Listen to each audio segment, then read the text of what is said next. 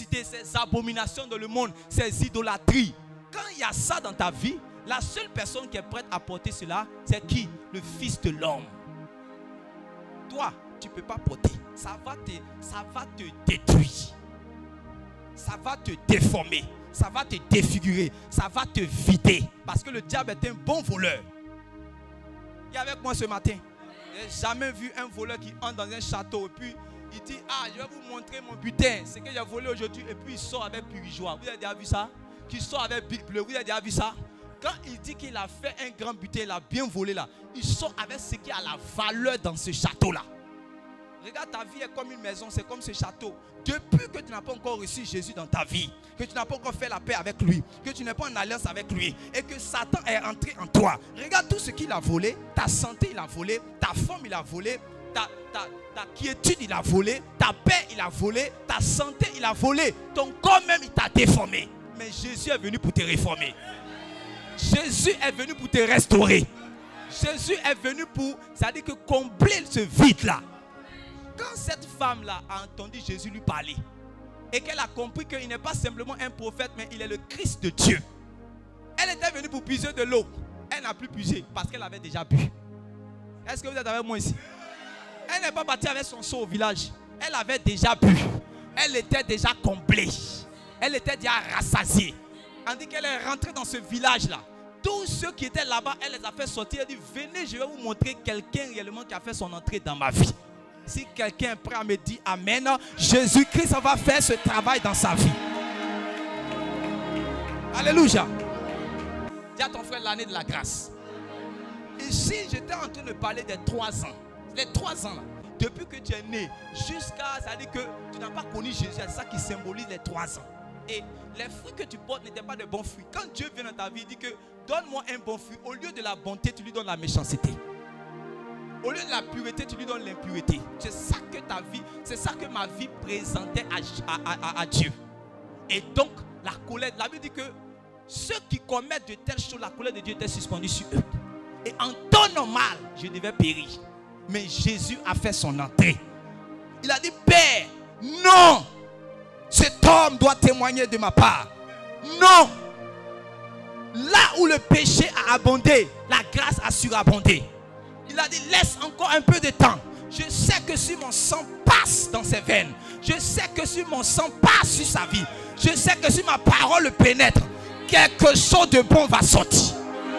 Je sais que s'il me rencontre, je sais que s'il me touche, je sais que si je entre dans sa vie, quelque chose de bon va sortir de lui. Les hommes ne croient pas en lui.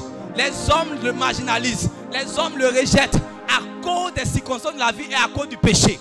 Mais moi, quand je le regarde, je sais que dès que mon sang le pénètre, je sais que dès qu'il fait alliance avec moi, celui qui était un menteur deviendra un homme de vérité. Celle qui était géreuse de bise deviendra une prophétesse. Ah oui, je le crois, même si je ne le crois pas, je l'ai vu à l'œuvre. Je l'ai vu à l'œuvre. Il n'a pas changé. Son nom c'est Jésus, le réparateur des brèches, le transformateur des vies, le spécialiste dans la délivrance. Il y a une chose que j'ai jamais vue sous le ciel. J'ai jamais vu un pécheur, quel que soit son grade, que Dieu ne peut pas pardonner. Ça n'existe pas. Dis à ton frère, ça n'existe pas. Ça n'existe pas. Tout ce que Dieu attend de l'homme, c'est la repentance. Remettre à Dieu ce que le diable regarde dans ta vie pour t'accuser là. Tu remets ça à Dieu. Donc quand il vient, hier il t'a vu en train de boire. Hier il t'a vu, tu étais saoulé. Hier ils ont mis ton transporté dans le caniveau pour t'emmener à la maison. Mais quand tu es arrivé après le culte, quand tu arrives à la maison, on dit, aïe, c'est pas lui on a transporté dans le caniveau là. Il dit oui. Mais quand je suis venu aujourd'hui à l'église, j'ai entendu l'évangile. Son sang m'a nettoyé. Son sang m'a restauré. J'ai décidé d'abandonner le péché et de croire en Jésus. J'ai été justifié. C'est hier que j'étais ceci. C'est hier que j'étais prostitué. C'est hier que j'étais voleur. C'est hier que j'étais menteur. C'est hier que j'étais géré de busy. Mais aujourd'hui, t'es avec moi aujourd'hui. T'es avec moi aujourd'hui. C'est pour ça qu'on dit aujourd'hui, si tu entends sa voix, non, dissipe pas ton cœur. Non, dissipe pas ton cœur. Non, dissipe pas ton cœur. On dit si son cœur s'est refusé de se repentir. On dit son cœur s'est raisonné. En dessous de son cœur, c'est de placer la philosophie en face de la voix de ton berger qui t'appelle. Il dit, ma fille, quitte de là où tu es. Tu ne t'es pas créé pour vivre cette vie.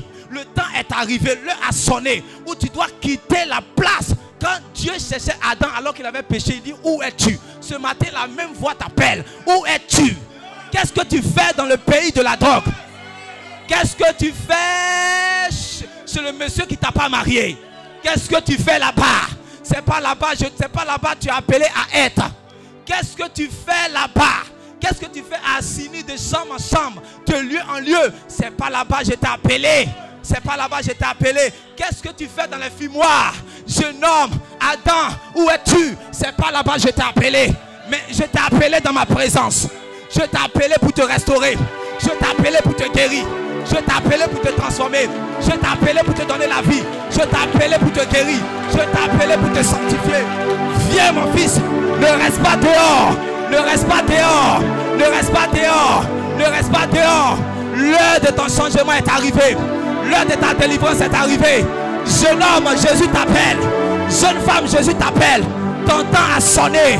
Toi aussi tu témoigneras que le sang de Jésus est capable de transformer des vies. Si le diable est le spécialiste des passés ratés, quand le diable entre dans ta vie, il rate ta vie. Mais quand Jésus entre dans ta vie, il efface tout ce que le diable avait. Je pensais que tu allais bien dire Amen.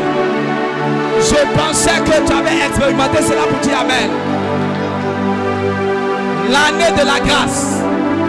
L'année de la grâce, c'est pour appeler tous ceux qui sont encore dehors à entrer dans la maison. Ton père t'appelle. Ton père, c'est pas le diable. Ton père, c'est pas le diable. Ton père, c'est pas le diable. La Bible dit tous ceux qui se livrent au péché sont esclaves du diable. Et ils prennent réellement, ils se mettent sous la tutelle du diable. Mais Jésus dit non, c'est moi qui suis ton berger. C'est moi qui suis ton père. Je t'ai créé pour des bonnes œuvres, pour que tu les accomplisses. Arrête de perdre le temps. Arrête de perdre ton temps. La mort peut te trouver au dehors. Mais ma prière, le vœu de mon cœur, c'est que tu ne meurs point. Et tu ne mourras pas. Tu vivras. Toi aussi tu témoigneras que Jésus a changé l'homme. Et tu seras la personne à étonner tous ceux qui sont autour de toi. Alléluia. Le fruit digne de la repentance.